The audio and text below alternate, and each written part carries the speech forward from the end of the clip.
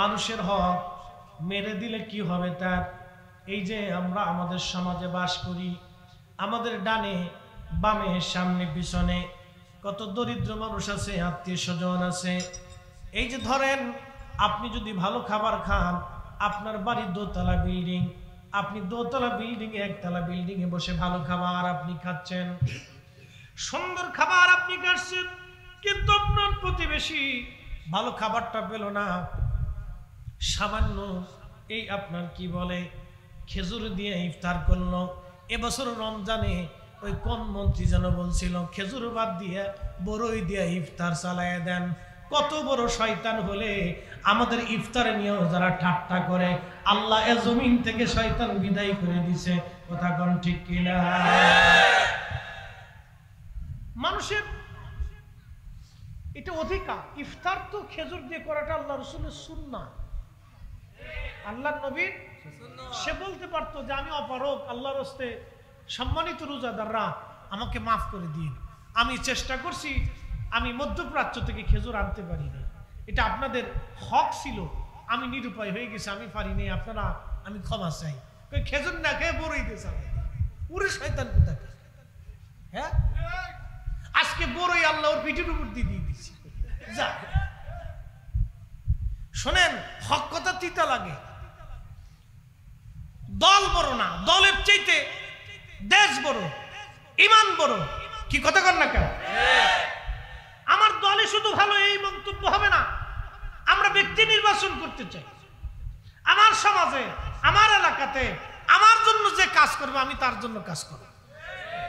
কথা ঠিক কিনা? ব্যক্তি দেখতো ভালো ব্যক্তি যারা মানুষের হককে প্রাধান্য দিবে, এগুলো আমাদেরকে দেখতে হবে, এগুলো আমাদের দায়িত্ব। প্রিয় উপস্থিতি, আমাদের এই ছোট্ট জীবন, ছোট্ট জিন্দেগি আমরা কি করে গঠন করব নবীর সুন্নতের আঙ্গিকে? আমরা মারা গেলাম, ধরেন জানাজা নিয়ে যাচ্ছে, এমন সময় অনেক সময় দেখবেন জানাজা উপস্থিত হওয়ার পরে লোকেরা বলে আহা লোকটা খুব ভালো ছিল, লোকটা খুব আমলওয়ালা ছিল, দেখলে সুন্দর হাসি দিয়ে কথা বলতো, বড় উপকারী লোক ছিল। আল্লাহর নবী সহিহ বুখারী এবং মুসলিমের মধ্যে নবীজি বলতেছেন উম্মতরে, সাথে সাথে আমার আল্লাহ ফেরেশতাদেরকে ডাক দে, বলে ফেরেশতারা রে তোমরা এই বান্দার আমলনামায় লিখে দাও লোকটা ভালো। সবাই বান্দার প্রশংসা করে, আমি আল্লাহ আমার বান্দারে মাফ করে দিয়ে জান্নাতি বানাই দিলাম। মানুষ মারা যাওয়ার পরে সমস্ত মানুষেরা যখন প্রশংসা করতে থাকে, তার ভালো বলতে থাকে, আমার আল্লাহ তারে মাফ করে দিয়ে জান্নাতি বানায় দেয়। আর ডিবির হারুন যদি মরে যায়, কোন ভালো বলবে? কে ভালো বলবে বলো? আমার এই ক্যামেরা চালা আমার এক ভাই, সে বলতেছে রাত্রি বসে বসে সে ভিডিও এডিট করতেছে, পুলিশে তারা ধরে নিয়ে গেছে, তুই সরকার বিরোধী কাজ করিস। থানায় নিয়ে যাওয়ার পরে 2 লক্ষ টাকা দিত। কল্পনা করতে পারবেন কত মানুষের বদদুয়া? আল্লাহর কসম করে বলি, এই সমস্ত মানুষ যারা মানুষের সাথে অন্যায় করে, জুলুম করে, ও মরার আগে পায়খানার গু খাইয়া মুখ খাইয়া মরতে হবে। কথা বলুন, এগুলো অন্যায়, এগুলো জুলুম, এগুলো অন্যায়, এগুলো জুলুম। আল্লাহর কোরআন বলতেছে ইন্নাল্লাহা, আমি রব তোমাদেরকে হুকুম দিলাম, ইয়ামুরু বিল আদলি ওয়াল ইহসান, দুনিয়াতে ন্যায় বিচার করবে, ন্যায় করবে, হক করবে, ইনসাফ করবে, ইহসান করবে, দয়া করবে, ন্যায় করবে, অন্যায় করবে না, অন্যায়কে প্রশ্রয় দিবে না, অন্যায়কে সমর্থন করবে না, দুনিয়াতে ন্যায় করবে। হে বান্দা, আমি রব তোমাকে হুকুম করছি, ন্যায় করবে, ন্যায় করবে, অন্যায় করবে। আপনি কল্পনা করতে পারবেন? আজকে আসার সময় আমার গাড়ির ভিতরে বসে আমার কালাম ভাই বলতেছে 3 দিন আমাকে ধরে নিয়েছে,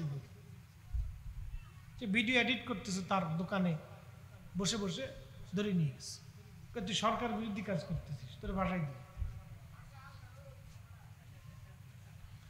তাহলে ওনার বেলা যদি এরকম হয়, সারা বাংলাদেশে এরকম হাজার হাজার হয়েছে। কি কথা কন ঠিক কিনা? হাজার হাজার আছে। এগুলি তো অন্যায়। প্রিয় উপস্থিতি আমার, এগুলি অন্যায়। আমরা অন্যায় মানব না, অন্যায়কে সমর্থন করব না। আবার এরকম আছে প্রশাসনের ভিতরে ভালো ব্যক্তিও আছে, কি আছে না? ভালো আছে, হাজার হাজার ভালো আছে। এমনও পুলিশ প্রশাসনের কর্মকর্তা আছে আমাদের সাথে ভালো সম্পর্ক, অনেক ভালো, অনেক ভালো আছে। রাত্রে দেখলে আমাদেরকে আগায় দেয়, হুজুর চলেন আপনাদেরকে আগাই দিই, অসুবিধা হতে পারে, খোঁজ খবর নেয়, কেমন আছেন, এরকমও আছে, ভালো আছে। কিন্তু বড় আফসোস, মানুষ আমরা তাদের কাছে নিরাপত্তা চাই। ধরেন গভীর রাত্রিবেলা একটা নারী এসে আপনার ঘরের দরজাতে টোকা দিল, আমি বড় বিপদগ্রস্ত, তখন আপনি কি করবেন? তাকে আশ্রয় দিবেন না তার দিকে কুদৃষ্টি দিবেন? যদি আপনি কুদৃষ্টি দেন, আল্লাহি বিল্লাহি ও তাল্লাহি, আল্লাহর আসমান কেঁপে উঠবে। সে কঠিন বিপদের মুহূর্তে আপনার কাছে আশ্রয় চেয়েছিল, আর আপনি তো আশ্রয় দেন নাই, বরং আপনি তার সাথে অন্যায় করেছেন। আল্লাহি বিল্লাহি তাল্লাহি, এই কঠিন সিচুয়েশনটা আপনার উপরে তো আসবেই, আপনার সন্তানের উপরে আসবে। এই জন্য আল্লাহ জুলুমকে কখনোই সমর্থন করে নাই। জুলুমকে আল্লাহ ধ্বংস করেছে।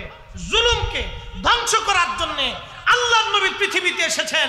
জুলুমকে ধ্বংস করার জন্য সাহাবে কেরাম রক্ত দিয়েছেন।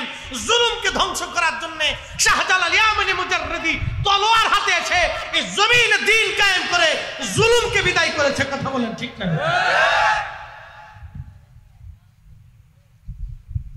প্রিয় চট্টগ্রামবাসী, পটিয়ার মুসলমান, অন্যায় অত্যন্ত নিকৃষ্ট। আপনি হাজার বছর ইবাদত করবেন, কোন ইবাদতে কাজ হবে না যদি খাদ্য আপনার হালাল না হয়। যদি খাবার হালাল না হয়, হাজার বছর ইবাদত করলেও 4 পয়সা দাম হবে না। এই জন্য অন্যায় অন্যায় বলতে হবে, জুলুমকে জুলুম বলা লাগবে। বাবাজি সাবধান, একটা কথা বলে দিয়ে যায়, দল বেদল আমরা বুঝি না, আমরা বুঝি যেখানে হক আছে সেখানে আমরা আছি। কথা বলেন ঠিক কিনা? গরিব মানুষ, এতিম, দুস্থ, অভাবী, নিষ্পেষিত, এই অসুস্থ ব্যক্তির সেবা যেখানে হবে, এতিমের লালন পালন যেখানে হবে, সেখানে আমরা আছি। আমরা চাই সবাই সুখী থাকুক, শান্তিতে থাকুক। আল্লাহর নবী এই জন্য পৃথিবীতে ইনসাফ কায়েম করছিলেন। আল্লাহর নবী বলতেন, আমার উম্মত, আমার ফাতেমা যদি চুরি করে তাহলে আমি নবী নিজে তার হাত কেটে ফেলে দিব। এটাই হলো ন্যায় বিচার। একসাথে জোরে বলা যাবে আল্লাহু আকবার। আল্লাহর কোরআন বলতেছে, ইন্নাল্লাহা ইয়ামুরু বিল আদলি ওয়াল ইহসান, তোমাদেরকে হুকুম করতেছি তোমরা হক করবে, বেহক করবে না। সবসময় হক করবে, হক মানবে, হকের পক্ষে থাকবে, হকের জন্য স্লোগান দিবে। তোমরা ইনসাফের পথে থাকবে, ইহসান করবে, দয়া করবে, দয়ার পথে থাকবে। যারা দয়া করে তাদেরকে সমর্থন করবে, তাদের সাথে থাকবে, মানুষকে দয়া করবে, সৃষ্টিকে দয়া করবে। আপনাদের বাড়ি বিড়াল আছে না অনেকের? আপনি যদি বিড়ালকে খাবার না দেন, লাথি মেরে দেন, কিয়ামতের ময়দানে এই বিড়ালের জন্য আপনাকে আল্লাহর কাঠ করে দাঁড়াইতে ভাবতেছেন সহজে ছেড়ে দিবে। বাড়ি গরু আছে, খাবার দেন নাই, ময়দানে মেহশরে আল্লাহর আদালতে বিচারের কাঠ করে দাঁড়াইতে হবে। কুত্তা আছে, খাবার দেন নাই, আল্লাহর আদালতে আপনাকে দাঁড়াইতে হবে। আল্লাহ আপনাকে ওই কুকুরটাকে আপনার অধীনে করে দিয়েছিল, ওই কুকুর আপনার বাড়ি পাহারা দিয়েছে, সারা রাত সে ডিউটি পালন করছে, কিন্তু আপনি তার বেতন দেন নাই। বেতন কি? 2 বেলা খাবার। ওর 2 বেলা খাবার আপনি দেন নাই, ও সারা রাত আপনার বাড়ি পাহারা দিচ্ছে, কিন্তু বেতন দেন নাই। এজন্য কিয়ামতের ময়দানে আপনাকে আল্লাহর আদালতে দাঁড়াইতে হবে। ওই কুত্তা আল্লাহর কাছে বলবে, রব আমি তার বাড়ি পাহারা দিছিলাম কিন্তু আমার বেতন দেয়নি, বলো তোমার বান্দাকে বেতন দিয়ে দিতে। এই জন্য আল্লাহর নবী রাহমাতুল্লিল, জোরে বলেন রাহমাতুল্লিল। শুধু আমাদের জন্য না, সবার জন্য। এই আল্লাহর নবী এইভাবে ইনসাফ শিখিয়ে দিয়ে দিয়েছে। মুস্তাদরাক হাকিম লিসহিহাইনের ভিতরে আসছে, রাহমাতুল নবীজি খেজুরের বাগানের পাশ দিয়ে নবীজি হেঁটে যাচ্ছেন মদিনায়। একটা একটা উট দৌড়ায় আসছে। উট এসে আল্লাহর হাবিবের কদম মোবারকের সামনে পড়ে মাথা নিচু করে নবীজির কদমের মধ্যে মুখ লাগায় কাঁদতেছে। উটের জবান খুলে গেল। উট কাঁদে আর বলে, ইয়া রাসূলুল্লাহ, ইয়া হাবিবাল্লাহ, নবী গো, আপনার কদমে আমার আরজি। উট কি জন্য তুমি কাঁদো? বলে, ইয়া রাসূলুল্লাহি, আমার মনিব আমাকে শুধু মারে, আঘাত করে, কিন্তু খাদ্য দেয় না, কাজ বেশি বেশি করায়। এমন সময় পিছে পিছে ওই মদিনার সেই উটের মালিক দৌড়ায় আসছে। আল্লাহর নবী বললেন, ও উটের মালিক, তুমি কি উটের মালিক? বলে, হ্যাঁ ইয়া রাসূলুল্লাহ। তুমি কি তাকে খাবার কম দাও, কাজ বেশি করাও এবং মাঝে মধ্যে তারে পিটাও? বলে, ইয়া রাসূলুল্লাহ, কি করে আপনি জানলেন? বলে, উট এসে তোমার বিরুদ্ধে আমার কাছে অভিযোগ পেশ করেছে। একবার জোরে বলা যাবে কি আল্লাহু আকবার? আল্লাহর কোরআন বলতেছে, ওয়ামা আরসালনাকা ইল্লা রাহমাতাল লিল আলামিন।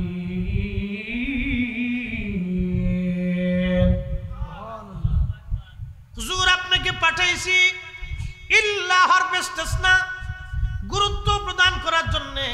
আল্লাহ বাক্যের প্রথমে ব্যবহার করেন মাঝখানে, যেমন লা ইলাহা ইল্লাল্লাহ, আল্লাহ ছাড়া আর কোনো মাবুদ নাই, আল্লাহ ছাড়া কোনো খালিক নাই, আল্লাহ ছাড়া কোনো রব নাই। ইল্লাল্লাহ, আল্লাহ ছাড়া, ইল্লাহ শব্দ দিয়ে আল্লাহ, আল্লাহ ছাড়া যার কোনো মাবুদ নাই, এটাকে গুরুত্ব প্রদান করছেন। আল্লাহ পাক তাকিদ দিয়েছেন।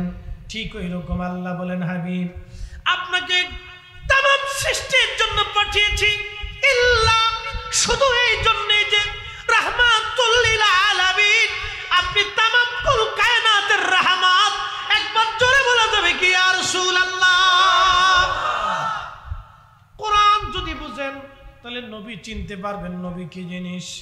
অনেকে আল্লাহ রাসূলের শান বুঝে না, বোঝার চেষ্টা করে না, কিন্তু কোরআন এতই চমৎকার করে আল্লাহ বুঝিয়ে দিলেন, হাবিব আপনি তামাম কুল কায়নাতের জন্য রহমত।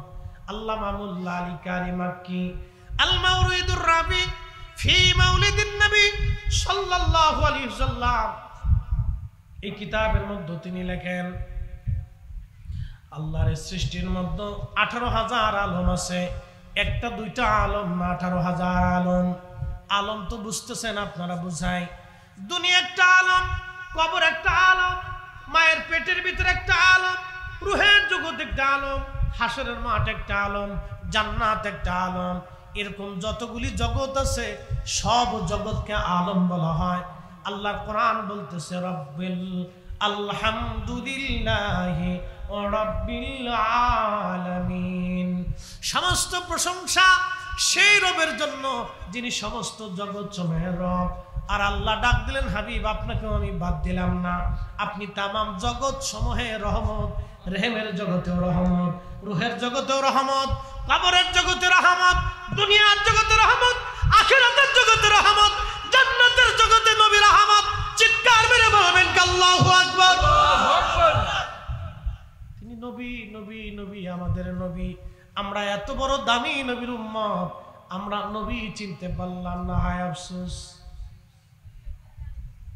আমরা নবী চিনতে পারলাম না।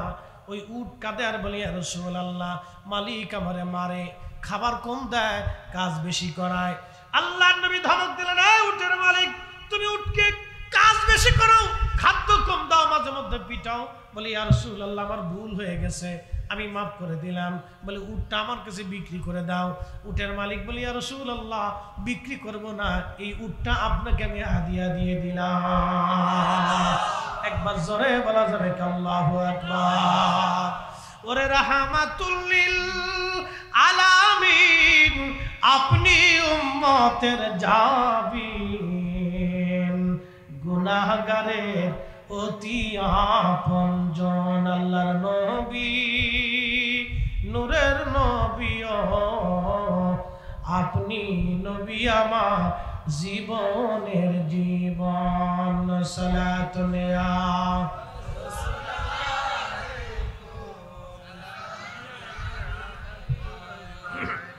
সালাতুন ইয়া রাসূলুল্লাহ সালামুন ইয়া হাবিবাল্লাহ আলাইকুম। বন্ধুগণ আমার, আসেন, আমাকে বলা হয়েছে হুজুর একটু পিতামাতা সম্পর্কে আলোচনা করার জন্য আমি এদিকে চলে যাব, কিন্তু আপনাদেরকে বুঝাই। তাহলে দুনিয়ার ছোট্ট জীবন, আমাদের কাজ কি? এক নাম্বার কাজ হলো আল্লাহর আইন মেনে চলা, আল্লাহর নবীর কদমের গোলামি করা। কথা কোন ঠিক কিনা? এমন জীবন করিয়া গঠন, হাসিবে তুমি কাঁদিবে ভুবন। কোটি কোটি হাজার হাজার কোটি টাকার মালিক হয়ে লাভ নাই। আপনার একটা সন্তান, তাকে মানুষের মতো মানুষ বানান। আপনার একটা সন্তান, তাকে আদবওয়ালা বানান। আপনার একটা মেয়ে, তাকে আলেমা বানায় দেন, তাকে পর্দানিসীন বানান, তাকে ভদ্র বানান, তাকে শিক্ষিত বানান, তাকে ডাক্তার বানান, ইঞ্জিনিয়ার বানান, অথবা শিক্ষক বা শিক্ষিকা তাকে বানান। আপনার সন্তানটাকে আপনি প্রতিষ্ঠিত করেন, মানুষের মতো মানুষ বানান, তাহলে আপনার জীবন সার্থক হবে। আপনি নবীর সুন্নতের জীবনে রঙিন হয়ে যান, আপনি নবীর কদমের গোলামের গোলাম হয়ে যান। যদি হতে পারে এটাই জীবনের সার্থকতা, নইলে জিন্দেগি 4 পয়সাও দাম নাই, 4 পয়সাও দাম নাই, 4 পয়সাও এই জীবনের দাম নাই, 4 পয়সাও জীবনের দাম নাই। বাড়িতে বৃদ্ধ মা খেদমত করতে থাকেন, বৃদ্ধ বাবা যা কিছু ভালো খাইতে মন চায় বাবাটারে খাওয়ান। রিজিক কি আমাদের হাতে না আল্লাহর হাতে? বৃদ্ধ বাবা মা যদি থাকে, ভালো কিছু যা খাইতে মন চায় বাবা মারে খাওয়ান। অনেক সময় বাবা মার ভালো কিছু খাইতে মন চায়, কিন্তু হয়তো আপনি চিন্তা করেন এখন যদি এত খরচা করি সামনে আরো কিছু আছে, নাই চিন্তা করতে হবে না। আব্বা আম্মার যদি ভালো কিছু খাইতে মন চায় আপনি খাওয়ান। বলে হুজুর কেন খাওয়াবো? আমি আপনার একটু বুঝাইতেছি কেন খাওয়াবেন। আপনাদের দেশে মুরগি আছে না নাই? মুরগি পালেন, অনেকে পালে। মুরগির দেখেন 10টা বাচ্চা হলো, ডিমের বাচ্চা হয়েছে। মুরগির পেট থেকে বাচ্চা বের হয় নাই, ডিম এসেছে, ডিম থেকে বাচ্চা ফুটলো। মুরগি কিন্তু বাচ্চারা দুধ পান করায় না। ওই মুরগিটা বাচ্চাদেরকে নিয়ে জঙ্গলের মধ্যে যাইয়া পা লড়ায় লড়ায়, ময়লা আবর্জনা ছিটায় ছিটায়, বাচ্চাদেরকে ঠুকায় ঠুকায় মুরগি বাচ্চাদেরকে খাওয়ায়। যদি ওই বাচ্চা ধরার জন্য কোনো চিল আসে অথবা কাক আসে বাচ্চা ধরার জন্য, তখন দেখবেন ওই মুরগিটা ওই চিলের সাথে বা কাকের সাথে মারামারি করে বাচ্চাটাকে বাঁচানোর জন্য। মুরগি একটা ডাক দেয়, ডাকের সাথে সাথে সব বাচ্চাগুলি মায়ের পাখনার নিচে চলে আসে।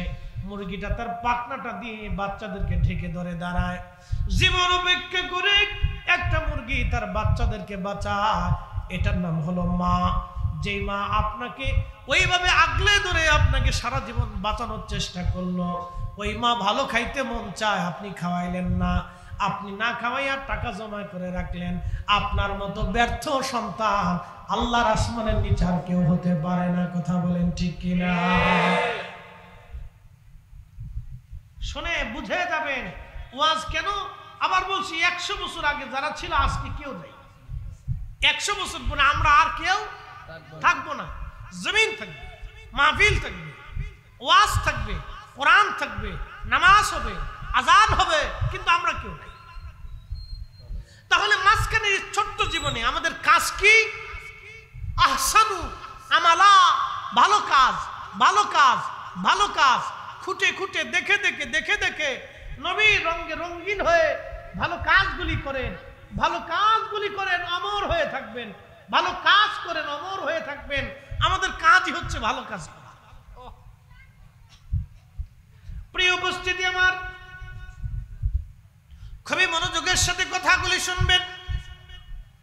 আল্লাহ রাব্বুল আলামিন কোরআন শরীফে আমাদেরকে বললেন, আমার বান্দারা আল্লাযী খালাকাল মাউতা ওয়াল হায়াতা লিয়াবলুয়াকুম, তোমাদের হায়াত ও মওতের মাঝখানে আমি আল্লাহ তোমাদেরকে পরীক্ষা করব।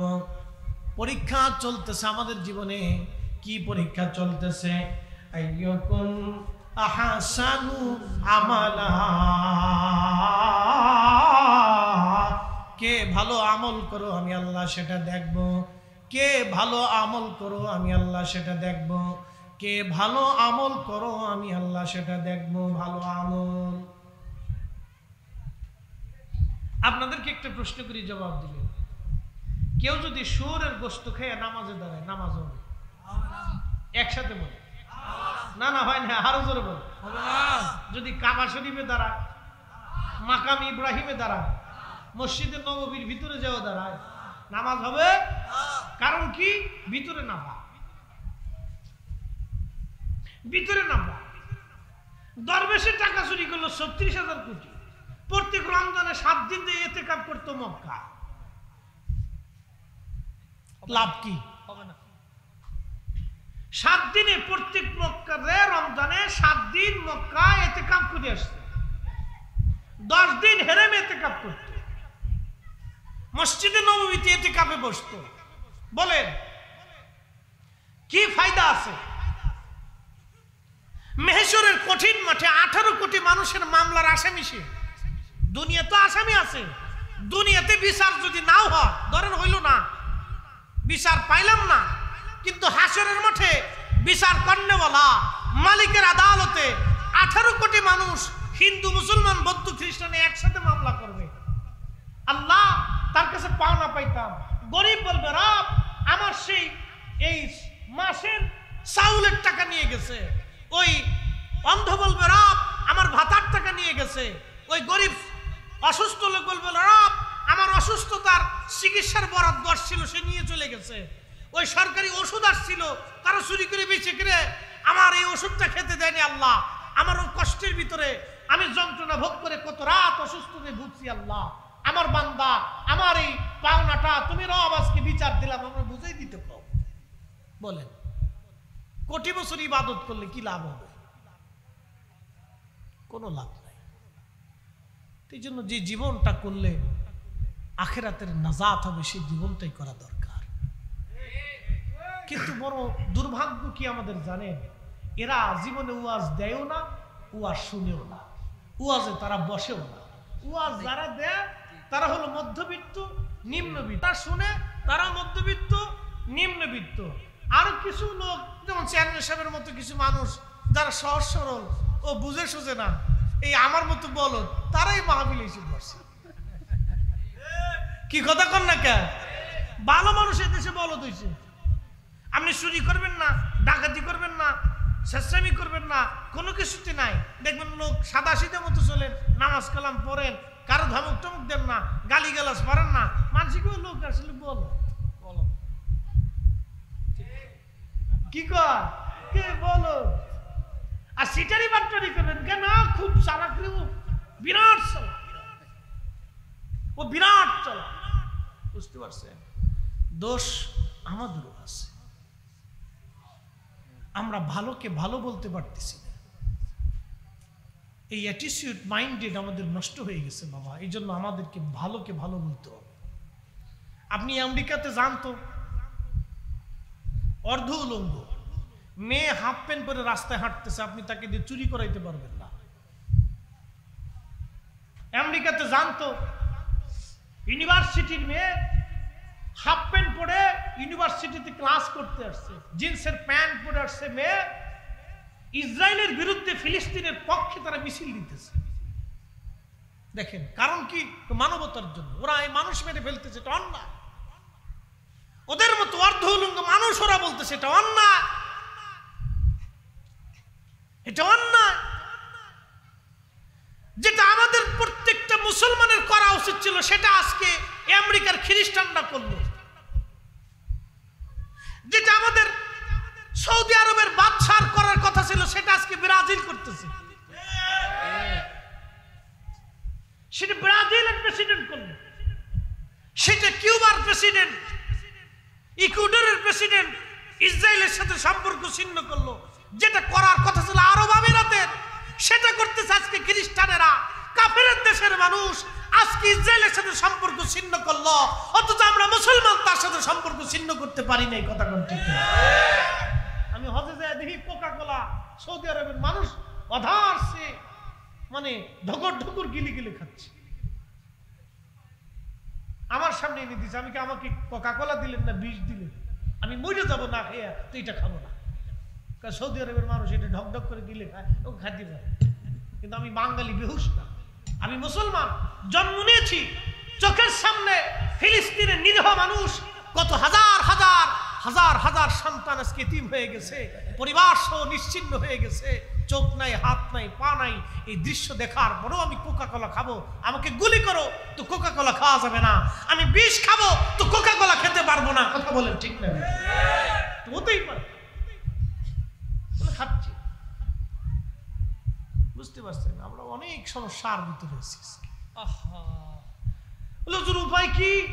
উপায় আমাদের, আমরা যতটুকু মেনে চলতে পারি, যতটুকু মেনে চলতে পারি, এছাড়া আমাদের কিয়ামতের ময়দানে বলতে পারবো আল্লাহ আমি ফিলিস্তিনের পক্ষে ইসরায়েলের বিরুদ্ধে গুলি করতে পারি নাই, কিন্তু তার পণ্যটা আমি বয়কট করছি। আল্লাহ আমি তার জন্য দোয়া করছি, চোখের পানি ফেলছি আল্লাহ, আমি মাহফিলে তার জন্য স্লোগান দিয়েছি আল্লাহ। কিয়ামতের ময়দানে এই হকের জন্য আল্লাহ আমাদেরকে মাফ করে দিতে পারে। কথা বলেন ঠিক কিনা?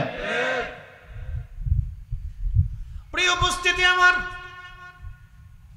পটিয়ার মুসলমান খুব মনোযোগ দিয়ে শুনবেন। আজকে একটা ঘটনা শোনাবো আপনাদেরকে। যারা বাবা মাকে শ্রদ্ধা কম করেন, মহাব্বত কম করেন, শুনে যাবেন আজ, মনে রেখে যাবেন এই ওয়াজ, সারা জীবনের জন্য এই ঘটনাটা মনে রাখবেন। বিশ্ববিখ্যাত ইমাম আবুল ফারাজ ইবনুল জৌজি, ওনার একটা কিতাব আছে নূরুল হিকায়াত। এই কিতাবের মধ্যে তিনি একটা ঘটনা লিখতেছেন।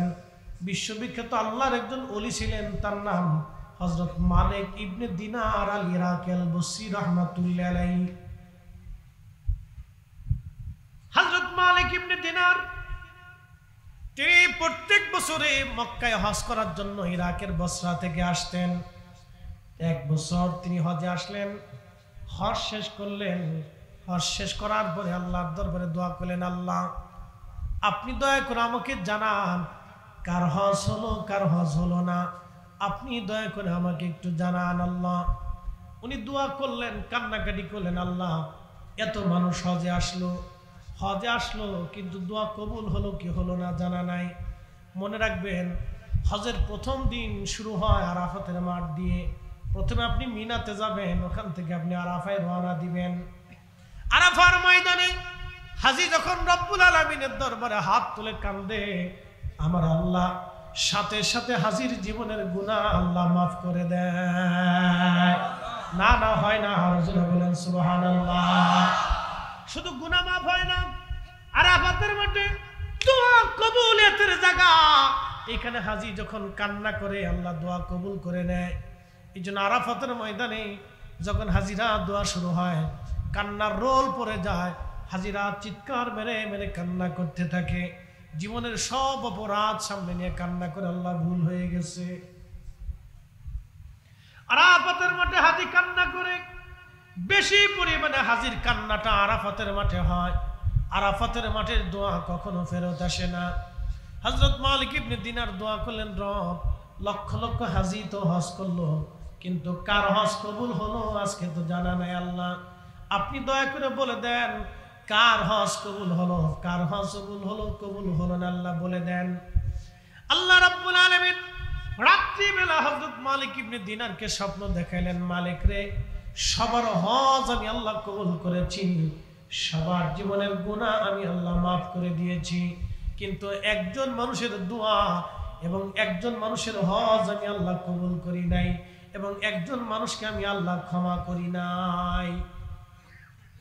লক্ষ লক্ষ মানুষকে আমি মাফ করছি, কিন্তু একজনকে মাফ করি। তো মালিক ইবনে দিনার ইরাকি বসরি খুব চিন্তায় পড়ে গেলেন যে ওই একটা লোক যদি আমি হই তাহলে আমার জীবন বরবাদ হয়ে গেছে। ওলিরা তো সবসময় আল্লাহকে খুশি করার জন্য নিয়োজিত থাকতেন। একসাথে বলবেন আল্লাহু আকবার। ওলিরা কাকে সন্তুষ্ট করতেন? আল্লাহকে এবং তার রাসূলকে। ওলিদের কাজে ছিল আল্লাহ তার রাসূলকে খুশি করা। কত পদ্ধতি দিয়ে তারা আল্লাহকে খুশি করবে, যত পদ্ধতি ছিল সব পদ্ধতি দিয়ে তারা আল্লাহ এবং তার রাসূলকে খুশি করতেন। সবসময় তাদের কাজ ছিল আল্লাহ তার রসুলকে খুশি করা। আর আমরা হয়েছি ব্যতিক্রম, আমাদের কাজ হলো খালি শয়তানকে খুশি করা, খালি শয়তানকে খুশি করা, যার কারণে আমরা ওলি হতে পারি না। আমাদের কাজ হবে আল্লাহকে খুশি করা, শয়তানকে বেজার করা। যদি আপনি জীবনে নিয়ত করেন যে হ্যাঁ আমি প্রত্যেকটা সেক্টরে প্রত্যেকটা সময়ে আমি আল্লাহ তার রসুলকে খুশি করব আর শয়তানকে বেজার করব, তাহলে আপনি দুনিয়াতে কামিয়াব হইয়া আল্লাহর পেয়ারা হইয়া নবীর গোলাম হয়ে তারপরে কবরে যেতে পারবেন। খুব মনোযোগ দিয়ে। তো মালিক ইবনে দিনার খুব চিন্তায় পড়ে গেছে, ব্যাপার কি, ওই লোকটা যদি আমি হই তাহলে আমার জীবনটা বরবাদ হয়ে যাবে। উনি আবার কাঁদতেছে, রাত্রি আল্লাহ স্বপ্ন দেখেছেন, আবার কাঁদতেছে। পরের দিন আল্লাহ আবার স্বপ্ন দেখাইলেন, মালিক তোমাকেও মাফ করে দিয়েছি, কিন্তু একজনকে মাফ করে নাই। মালিক ইবনে দিনার বললেন, ইয়া রাব্বি, কাকে মাফ করেন নাই? বলে তার নাম মুহাম্মদ ইবনে হারুন সমরকন্দি। মুহাম্মদ ইবনে হারুন সমরকন্দি। সমরকন্দ বর্তমান আফগানিস্তানের পার্শ্ববর্তী দেশের নাম উজবেকিস্তান। এই উজবেকিস্তানের একটা এলাকার নাম বুখারা। এই বুখারার পাশে শহরের নাম হচ্ছে সমরকন্দ। এই সমরকন্দে বাড়ি ছিল মুহাম্মদ ইবনে হারুন সমরকন্দি। মালিক ইবনে দিনার রাহমাতুল্লাহ আলাইহির ঘুম ভেঙে গেল, তাহাজ্জুদ পড়লেন, ফজরের নামাজ পড়ে হেরেম শরীফের আহলুল মক্কা যারা ছিলেন, মক্কার বাসিন্দা, তাদেরকে ডেকে বলেন, হে বাসিন্দারা, মুহাম্মদ ইবনে হারুন সমরকন্দি নামক কাউকে কি তোমরা চিনো? লোকেরা বলল, হ্যাঁ হুজুর, আমরা তারে চিনি, সে মস্ত বড় বুজুর্গ, আমল করনেওয়ালা। আজকে 40 বছর ধরে সে মাকামে ইব্রাহিমের সারা রাত্র ভরে ভরে আল্লাহর ইবাদতে কাটায়। অ্যাটেনশন, আমার দিকে তাকাবেন, কি ইম্পর্টেন্ট কথা। 40 বছর ধরে সে মাকামে ইব্রাহিমে সারা রাত্র ভরে ইবাদতে কাটায়। আমি আপনি যদি একটা বারের জন্য হেরেমে যাই, হেরেমে যাওয়ার পরে অনুভূতিটা একেবারেই পরিবর্তন হয়ে যায়, চেঞ্জ হয়ে যায়। তাওয়াফের সময় কত কোয়ালিটির নারী আপনার সাথে তাওয়াফ করে, আফ্রিকা, ইউরোপ, এশিয়া, আমেরিকা, 7 মহাদেশের মানুষ, 7 মহাদেশের মুসলমান নারী পুরুষ একসাথে তাওয়াফ চলতেছে, কিন্তু কেউ কারো দিকে ভুরুক্ষেপ করে না। একসাথে বলবেন আল্লাহু আকবার। 7 মহাদেশের মানুষ একসাথে তাওয়াফ করতেছে, সাই করতেছে, কিন্তু কেউ কারো দিকে তাকানোর সুযোগ নেই। ওই অনুভূতি ওই সময় আসে হেরেম শরীফে, মাকাম ইব্রাহিমে, কাবা ঘর ধরে যখন কান্নাকাটি করে, কি পুরুষ কি মহিলা, পাশে মহিলা খোদার ঘর ধরে কাঁদতেছে, পাশে যুবক খোদার ঘর ধরে কাঁদতেছে, কিন্তু নারীর দিকে তাকানোর কোনো অনুভূতি নেই। এটা সে কাবা শরীফ, সেই জায়গা 40 বছর ধরে মাকাম ইব্রাহিমে লোকটা একনিষ্ঠভাবে সারা রাত্র আল্লাহর ইবাদতে কাটাই দিচ্ছে, কিন্তু তার হজ কবুল হয় না, দোয়া কবুল হয় না। মালিক ইবনে দিনার আশ্চর্য হয়ে গেলেন, ব্যাপার কি? এত বড় বুজুর্গ 40 বছর ধরে মাকাম ইব্রাহিমে নামাজ ইবাদতে কাটায়, কিন্তু 40 বছর ধরে তার ইবাদত কবুল হয় না, রোজা কবুল হয় না, হজ কবুল হয় না, তার দোয়া কবুল হয় না। কারণ কি? চিন্তায় বলল, ও লোকেরা, সে কোথায় আছে তোমরা কি জানো? বলে, হুজুর, রাত্রিবেলা সে মাকাম ইব্রাহিমে নামাজ পড়ে, কিন্তু দিনের ভাগে মক্কার বিরান ভূমি একটা এলাকা ছিল যেখানে জনমানবহীন শূন্য বিরান ভূমি বলা হতো। ওইখানে একটা গাছ ছিল, ওই গাছের নিচে সে সারাদিন আল্লাহর ইবাদতে কাটায়, আর রাত্রিবেলা মাকাম ইব্রাহিমে কাটায় দেয়। বলতেছে, লোকেরা, ওইখানে গেলে কি মুহাম্মদ ইবনে হারুন সমরকন্দিরে আমি পাবো? বলে, হ্যাঁ, ওইখানে গেলে আপনি অবশ্যই পাবেন। হযরতে মালিক ইবনে দিনার আল ইরাকি বসরি রাহমাতুল্লাহি আলাইহি তিনি চলে গেলেন সেই বেড়ান ভূমিতে। গাছের নিচে যা দেখলেন ডান হাত কাটা, একটা হাত তার নাই, একটা হাত তার নাই। আল্লাহর বান্দা গাছের নিচে দাঁড়ায়া দাঁড়ায়া নামাজ পড়তেছে। হযরতে মালিক ইবনে দিনার আল ইরাকি বসরি রাহমাতুল্লাহি আলাইহি তিনি আস্তে করে সালাম দিয়ে তার পাশে বসে গেলেন। সে নামাজ শেষ করলো। নামাজ শেষ করার পরে সালামের জবাব দিয়ে বলল, হে আল্লাহর বান্দা, আপনার পরিচয় কি? কি জন্য আপনি আমার এখানে আসছেন? আমার এখানে তো সহসা কোনো ব্যক্তি আসে না, কারণ কি? কি প্রয়োজন আপনার বলেন? তখন হযরতে মালিক ইবনে দিনার বললেন, হে আল্লাহর বান্দা, আপনার নাম কি? মুহাম্মদ ইবনে হারুন সামরকন্দি। বলে, হ্যাঁ, আমার নাম মুহাম্মদ ইবনে হারুন সামরকন্দি। বলে, হুজুর আপনার পরিচয় কি? আপনাকে তো চিনলাম না। বলে, আমার নাম মালিক ইবনে দিনার আল ইরাকি আল বসরি। তখন সামরকন্দি বলতেছে, হ্যাঁ হুজুর, আপনাকে চিনছি। আপনি ইরাকের জাহিদ এবং আবিদ, আপনি মস্ত বড় আল্লাহর ওলি, আপনি মস্ত বড় আল্লাহর বন্ধু। মালিক ইবনে দিনার বললেন, না, আমি আর কি আল্লাহর ওলি হলাম? আমি তো আল্লাহর ওলি হতে পারি নাই, আল্লাহর পেয়ারা হতে পারি নাই। আল্লাহর ওলি তো ছিলেন ওমর ইবনে আব্দুল আজিজ রাদিয়াল্লাহু আনহু, যাকে মুসলমানের দ্বিতীয় ওমর বলা হয়, ইসলামের প্রথম মুজাদ্দিদ যাকে বলা হয়।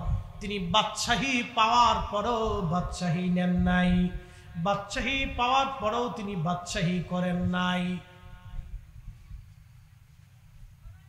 প্রশ্ন রাখতে পারেন মুফতি ফরিদি, ওমর ইবনে আব্দুল আজিজ বাদশাহী পাওয়ার পরেও বাদশাহী করেন নাই? হ্যাঁ, উনি 2 বছর খেলাফতের আসনে ছিলেন, মুসলিম মিল্লাতের খলিফা ছিলেন। শুনেন ওনার জীবনের আমানতদারিতা। ওনার একটা ছোট্ট বাচ্চাকে নিয়ে, স্ত্রী ফাতেমাকে নিয়ে উনি বাইতুল মালে গেলেন। বাইতুল মাল তো চিনছেন, রাষ্ট্রীয় কোষাগার, রাষ্ট্রীয় ধনাগার। ধরেন বাংলাদেশ ব্যাংক, বাংলাদেশ এটাও চুরি করছে, পুরে চুরি চুরি। আর সর্বনাশ। আল্লাহ রাসূল বললেন, ও আমার উম্মত, তোমরা শুনে রাখো, কিয়ামতের আলামতের সুগরা হলো যখন সরকারি কর্মচারী কর্মকর্তারা সরকারি সম্পদকে নিজের মতো ব্যবহার করবে, জনগণের জিনিস জনগণকে না দিয়ে নিজেদের কাজে ব্যবহার করবে। বুঝবা এটা কিয়ামতের আলামত, কিয়ামত ঘনায় গেছে। আর কিয়ামত বেশি দেরি নাই, এখন সেগুলি দেখা যায় বাস্তবে, তার প্রমাণ। কথা বলেন ঠিক কিনা? আমার দিকে তাকান, কষ্ট হচ্ছে? 10 মিনিট আর চলুক ইনশাল্লাহ, না কষ্ট হইতেছে? কেমন 12:30টার আপ, প্রায় 40, 12টা 40, একটা বাজে না এখনো। চলুক আর একটু ইনশাল্লাহ, নাকি বলেন? চলবে? তাহলে একসাথে বলেন তো, আল্লাহু আকবার, নারে তাকবীর, নারে রিসালাত। বসে স্ত্রীকে নিয়ে বাইতুল মালে গেছে। তো খেজুর আছে, আপেল আছে, কমলা আছে, গম আছে, জব আছে, এরকম অনেক কিছু বাইতুল মালে রাষ্ট্রীয় কোষাগারে জমা হয়ে গেছে। তো না, ছোট্ট ছেলেটা দৌড়াইয়া, অ্যাটেনশন আমার দিকে দেখেন, ছোট্ট ছেলেটা দৌড়াইয়া বাইতুল মালের একটা আপেল ধরে মুখের মধ্যে দিয়ে দিছে। বাচ্চা ও ফল পাইছে, নিয়ে মুখের মধ্যে দিয়ে কামড় দিয়ে খাওয়া শুরু করছে। হযরত মালিক ইবনে হযরত ওমর ইবনে আব্দুল আজিজ রাদিয়াল্লাহু আনহু তিনি আস্তে করে যে বাচ্চার হাত চেপে ধরলেন। বাচ্চার হাত চেপে ধরার পরে হাত থেকে আপেলটা ছিনিয়ে নিলেন। বাচ্চার মুখটা চেপে ধরে আঙ্গুল ঢুকাই দিয়া মুখের ভিতর থেকে বাকি আপেলের টুকরা বের করে নিয়ে আসলেন। বাচ্চাটা কান্না শুরু করলো। স্ত্রী ফাতেমা দৌড়ে এসে বাচ্চাকে কোলে নিলেন। স্বামীকে বললেন, স্বামী আমার, এতটুকুন বাচ্চাটা বুঝে নাই, একটা আপেলই নাই ও নিয়েছিল, মুখের মধ্যে যেটা দিয়েছিল আপনি খেতে দিলেন না কেন? বের করার কি প্রয়োজন ছিল সামান্য একটু টুকরা? ওমর ইবনে আব্দুল আজিজ বলেন, বিবি, ওই টুকরাটা ওটা আমার না, এটা জনগণের টুকরা। একসাথে ধরে বলা যাবে আল্লাহু আকবার। আদর্শবান ছিলেন, এরা রাষ্ট্রপ্রধান ছিলেন। এইরকম রাষ্ট্রপ্রধান যখন আমাদের দেশে আসবে, আমাদের দেশের মানুষ নিশ্চিন্তে রাত্রিবেলা দরজা খুলে ঘুমাইতে পারবে। কথা বলেন ঠিক না? কল্পনা করতে পারবে? রাষ্ট্রপ্রধান করে বলে, বলতেছি স্ত্রী, আমার এই ছোট্ট বাচ্চাটা মুখের ভিতরে যে আপেলের টুকরা দিছে, এটা আমার না, এটা রাষ্ট্রের। আমার বাচ্চা আজকে কষ্ট পেয়েছে, পাক, আমার বাচ্চা কষ্ট পেয়েছে, আমার কষ্ট লেগেছে, কিন্তু কিয়ামতের ময়দানে এই ছোট্ট আপেলের টুকরার জন্য আমি আল্লাহর আদালতে, রাষ্ট্রীয় মামলার ভিতরে পড়ে আল্লাহর আদালতে দাঁড়িয়ে থাকতে পারবো না। ওই কষ্টটা আমার ভয়ঙ্কর হবে। দুনিয়ার কষ্ট আমার সন্তান ব্যথা পাক, আমি ব্যথা পাই, এটা সহ্য করা যাবে, কিন্তু কিয়ামতের ময়দানে আল্লাহর সামনে এই মুখ নিয়ে দাঁড়াবো, এটা লজ্জা করবে, আসামি হয়ে যাব সেই দিন। এটা হতেই পারে না। একসাথে বলা যাবে সুবহানাল্লাহ। মুসলিমেরা, মুসলমান, আর আমার দেশের মুসলমান মসজিদের টাকা পর্যন্ত চুরি করে নিয়েছে। আজকে এক মাহফিল কমিটির ফোন দিয়ে বললাম যে ভাইজান, মাহফিল তো অনেক দিন আগে ডেট নিছেন, কিছু পথ খরচা তো দেওয়া লাগে, এটা তো নিয়ম। তো বলতেছে হুজুর মনে কিছু নিয়েন না, মসজিদে চোরে ঢুকে সব বাক্স টাক্স নিয়ে টাকা চুরি করে নিয়ে গেছে। আমার মসজিদে প্রত্যেক জুমাতে, কোন জুমাতে 20,000ও আসে, 25,000ও আসে, 30,000ও আসে, প্রত্যেক জুমাতে উঠে কালেকশন, শুধু হ্যান্ড কালেকশন, হাতে যেটা আসে। তো ঢাকাতে তো অনেক টাকা জমছে, মসজিদে কাজ ধরবে, গিরিল কাটছে চোরে, গিরিল কেটে ভিতরে ঢুকে 3টে তালা কেটে তারপরে মসজিদের টাকা নিচ্ছে। মুতুল্লি সাহেব বলতেছে হুজুর একটু দোয়া করেন আল্লাহ চোরের যাতে হেদায়েত দেয়। আমি বললাম কি চোরের চোর মুতুল্লি সাহেব, যে গিরিল কাটছে 3 তালা কেটে তারপরে মসজিদের টাকা যে চুরি চুরি করছে, আমার দোয়ায় কি আর এই টাকা ফেরত দিবি বেটা? আমরা মুসলমান, চিন্তা করতে পারছে? আহা, আমাদের কাছে পৃথিবীর সব মানুষ নিরাপদ, কি হিন্দু, কি বৌদ্ধ, কি খ্রিস্টান। ও মায়ের কোলে যেমন ঘুমাবে, মুসলমানের কোলে ওইভাবে ঘুমাইতে হবে। কি কথা কর নাকি? হিন্দু আপনার গ্রামে ওইভাবে নিরাপদ থাকবে যেভাবে আপনার সন্তান আপনার কোলে নিরাপদ থাকবে। মুসলমানের কাছে একজন বিধর্মী ওইরকম নিরাপদ থাকতে হবে যেরকম বাবার কোলে সন্তান নিরাপদে থাকে। এটার নাম ইসলামিত্ব, এটার নাম মুসলমানিত্ব। আল্লাহ নবী এটা শিক্ষা দিয়ে গেছে, উম্মাত তোমরা শিখাও। খাজা বাবা আজমিরি শিখিয়েছে, হযরতে শাহজালাল আমরি মুজাররিদি শিখিয়েছে, কুতুবউদ্দিন কাকি শিখিয়েছে, নিজামউদ্দিন আউলিয়া শিখিয়েছে, মুজাদ্দিদ আল ফিসানি শিখিয়েছে, হুজুর গাউসে পাক শিখিয়েছে, বাহাউদ্দিন নকশবন্দ বুখারী শিখিয়েছে, ওলিরা শিখিয়েছে যে সব ধর্মের মানুষ মুসলমানের কাছে নিরাপদ থাকতে হবে। বাবার কোলে সন্তান যেমন নিরাপদ, মার কোলে ছেলেটা মেয়েটা যেমন নিরাপদ, মুসলমানের বাড়িতে, মুসলমানের দেশে, মুসলমানের গ্রামে অন্য ধর্মের মানুষ ওই রকম নিরাপদ থাকতো। প্রিয় মুসলমান আমার, হযরত মালিক ইবনে দিনার খুব চিন্তিত, সালাম দিয়ে বলতেছেন মুহাম্মদ ইবনে হারুন সমরকন্দি বলে, হ্যাঁ আপনার কাছে আমি আসছি আপনাকে একটা দুঃখের সংবাদ দেওয়ার জন্য। বলতেছে হুজুর কি দুঃখের সংবাদ বলেন? বলতেছে আমি আজকে 2 রাত ধরে আল্লাহর দরবারে রোনাজারি করি। এবছর হজ হয়ে গেল, কার হজ হলো কারটা হলো না। আমি আল্লাহর দরবারে কান্নাকাটি করলাম, আমার মালিকের দরবারে অ্যাপ্লিকেশন করলাম। আল্লাহ বললেন সবার হজ কবুল হয়েছে, সবাইরে আল্লাহ মাফ করে দিয়েছে, কিন্তু তুমি মুহাম্মদ ইবনে হারুন সমরকন্দির আল্লাহ মাফ করে নাই। মুহাম্মদ ইবনে হারুন সমরকন্দি বসে বসে কান্না করতেছিলেন।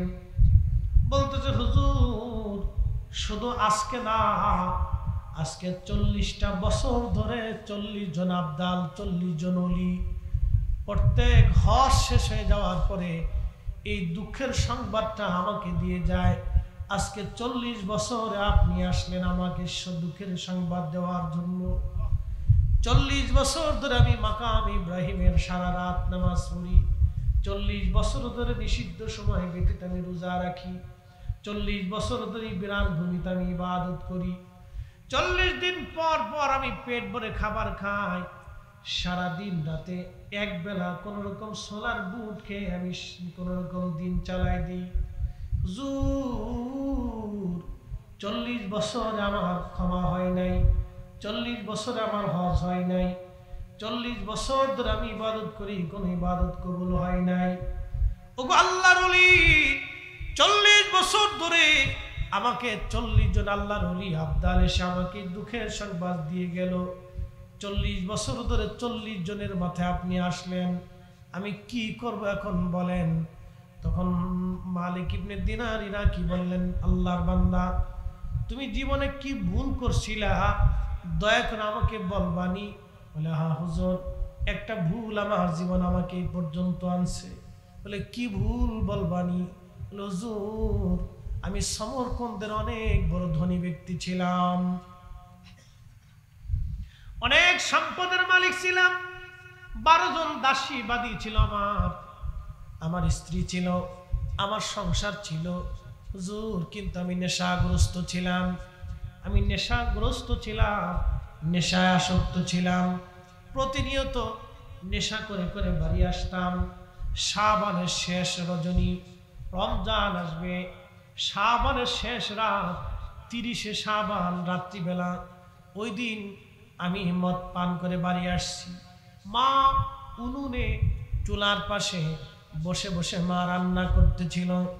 আরবের চুলা, উনুন তো বড় বড় চুলা, দেখবেন আপনারা, বড় বড় রুটি ওরা বানায়, বড় বড় রুটি তৈরি করে, বিরাট বড় উনুন, চুলাগুলি বড় বড়।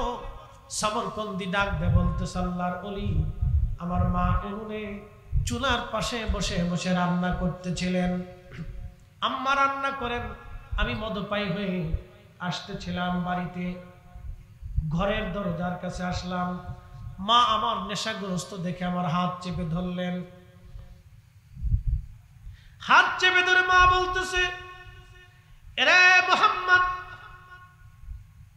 এরে সন্তান আমার, আজকে শাবানের শেষ রজনী, মাহে রমজান আসবে বেটা। কত মুসলমান রমজানের জন্য প্রস্তুতি নেয়, আর তুই কিনা মদ পান করে বাড়ি আসছিস। কত মানুষ মরে যায়, তুই কি মরতে পারিস না? মা আমাকে রাগারাগি করা শুরু করলেন। মার কথা শুনে হঠাৎ করে আমি মদ পাইছিলাম, আমি নেশাগ্রহ অবস্থায়, আমি মেজাজ খারাপ হয়ে গেল আমার। হুজুর, শয়তান আমাকে পেয়ে বসলো। আমি ওই অবস্থায় মাকে আঘাত করতে লাগলাম, ঘুষি মারতে লাগলাম, থাপ্পড় মারতে লাগলাম মাকে। হুজুর, ওই অবস্থায় মা আবার বেশি রাগান্বিত হলেন। মা আমাকে যখন আরো বকাবকি শুরু করলেন, রাগারাগি শুরু করলেন, আমার মেজাজ আরো খারাপ হয়ে গেল। হুজুর, আমি আমার মাকে জড়িয়ে ধরে একবারে চেপে ধরে উনুনে আগুনের চুলার মধ্যে মাকে ফেলে দিলাম। আমার স্ত্রী আমাকে ধাক্কায় নিয়ে ঘরের মধ্য দিয়ে দরজা বন্ধ করে দিলেন। সকালবেলা আমার নেশার ঘোর কেটে গেল। ঘোর কেটে যাওয়ার পরে আমি যখন আমার দরজা খুলতে গেলাম, দেখি দরজার বাহির থেকে বন্ধ। স্ত্রীকে ডাক দিলাম, বিবি আবার কর্কশ ভাষায় রাগান্বিত ভাবে আমাকে বললেন, তোমার মতো নাফরমানের সঙ্গে আমি আর সংসার করব না। আমি বললাম, কারণ কি বিবি, এই কথা কেন বলো? বলতেছে, তুমি কত বড় নাফরমান, কালকে তুমি তোমার মাকে চুলার মধ্যে আগুনের মধ্যে পোড়ায় মারছো। তোমার মতো নাফরমানের সঙ্গে সংসার করার চাইতে চলে যাওয়া ভালো। হুজুর, পাগল পারা হয়ে গেলাম। দরজা ভেঙ্গে ঘর থেকে বের হইয়া আমি উনুনের পাশে যা দেখলাম মা আগুনের মধ্যে পুড়ে কালো হয়ে কয়লার মতো হয়ে গেছে। পাগল পারা হয়ে গেলাম, আমার জীবনে বিরাট বড় সর্বনাশ হয়ে গেল। হুজুর, মাকে দাফন কাফন করলাম। মাকে দাফন কাফন করার পরে আমার মন মানে না, অন্তরে তওবা এসে গেল। হায় হায় হায়, করলাম কি, কত বড় ভুল আমি করলাম। আল্লাহর ওলি, আমি ভুল সংশোধন করার জন্য আমার দাসীবাদী যা ছিল আমি সব আজাদ করে দিলাম। 7000 স্বর্ণ মুদ্রা ছিল আমার কাছে, তখনকার দিনের ৭,০০০ স্বর্ণ মুদ্রা বর্তমানে শত শত কোটি টাকা হবে। হুজুর, সমস্ত সম্পদগুলি আমি আল্লাহর রাস্তায় দান করে দিলাম, যদি আল্লাহ আমারে মাফ করে দেয়, তারপরও মন আমার মানে না। ও আল্লাহর ওলি, আমি আমার সমস্ত সম্পদগুলি যা ছিল সব আল্লাহ রাস্তায় দান করলাম, যদি আল্লাহ মাফ করে দেয়, তারপরও আমার মন মানে না। এরপরেও আমার মন মানে না। স্ত্রী তালাক নিয়ে চলে গেল, আমি বিবিকে তালাক দিয়ে দিলাম, সংসার থেকে জুদা হয়ে গেলাম, তারপরেও মন মানে না। এরপরে যেই হাত দিয়ে আমি আমার মাকে আঘাত করেছিলাম, আল্লাহর ওলি, তওবার জন্য ক্ষমার আশা আমি বাম হাত দিয়ে কোরাল দিয়ে কুবাইয়া কুবাইয়া আমার এই হাতটাকে কেটে ফেললাম। হুজুরও আপনি দেখেন আমার ডান হাত নাই, আমি আমার হাতটাকে নিজে কেটে ফেলছি। আল্লাহর ওলি, যদি আল্লাহ মাফ করে দেয়, তারপরও আমার মন মানে না। চলে আসছি সুদূর উজবেকিস্তানের সমরকন্দ থেকে মক্কাতুল মুকাররমায় আজকে 40 বছর ধরে মাকামে ইব্রাহিম সারা রাত নামাজ পড়ি, সারা রাত ইবাদত করি, আল্লাহর ঘর ধরে ধরে কান্না করি, যদি আল্লাহ মাফ করে দেয়। সারাদিন রোজা রাখি, খোদার ইবাদতে কাটাই। 40 বছরে 40 বার হজ আমি করেছি, ওমরা হজ কতবার করেছি তার হিসাব নাই, যদি আল্লাহ মাফ করে দেয়। আল্লাহর ওলি 40 বছর ধরে 40 জন আব্দাল সে আমাদের সংবাদ দিয়ে গেল, সবার মাফ হয় কিন্তু আমার ক্ষমা হয় না, সবার গুনাহ মাফ হয়, আমার গুনাহ ক্ষমা হয় না, সবার হজ হয় কিন্তু আমার হজ হয় না। আল্লাহর ওলি করব কি? তখন মালিক ইবনে দিনার মুখের মধ্যে হাত দিয়ে চোখের পানি ছেড়ে কাঁদে আর বলে, আল্লাহর বান্দারে, দুনিয়ায় আগুন লাগায় আগুন থেকে পালাইতেছো, করছো কি? এত বড় সর্বনাশ কেউ কি নিজের জন্য করে? তোমার এই অপরাধকে ক্ষমা করবে বলো, কি করে তোমার জন্য কে সুপারিশ করবে বলো? আহা, করছো কি তুমি? তোমার ক্ষমা কি করে হয়? তোমার মাফ কি করে হয়? মালিক ইবনে দিনার এই কথা বলে চলে আসলেন।